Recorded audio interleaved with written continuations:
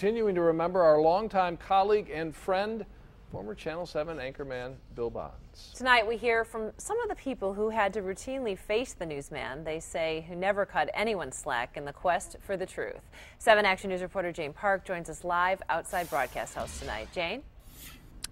Well, Heather, Dave, viewers remembered Bill Bonds for his on-air flair, the raising of the eyebrows, and his quick-witted comments. But those who had to answer his questions remember him as somebody who never cut any corners when informing the public. Fearless and sharp-witted in his interviews, Bill Bonds had a knack for keeping elected officials on their toes.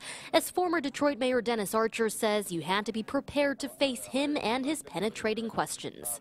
There was always a uncomfortable feeling in terms of how one might be received or how you might be interviewed or what might be said about you. But Bill Bonds was always very fair to me. He did not tolerate antics, and he wasn't about throwing softballs to his friends, though he had many as Detroit's most watched newscaster.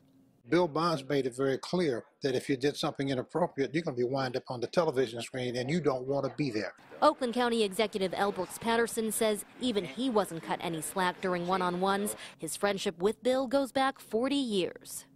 He called me that goose-stepping fascist from Oakland County because I was pretty much of an aggressive prosecutor. He had the upper hand because he was asking the questions, but I never felt like he was going to beat me up, and he never did.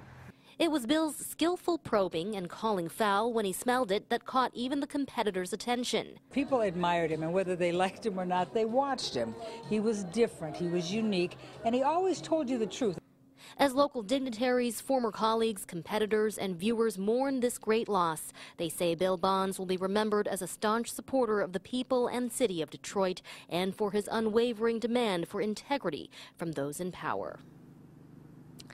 He is remembered by those local dignitaries as somebody who always did his due diligence, someone who asked the questions people wanted to know the answers to. And they say as a local official, they will always be prepared and conduct themselves with integrity after interacting with Bill Bonds. And, of course, those of us in this broadcast news business also have a lot to learn from Bill Bonds. We're live outside Broadcast House. Jane Park, 7 Action News.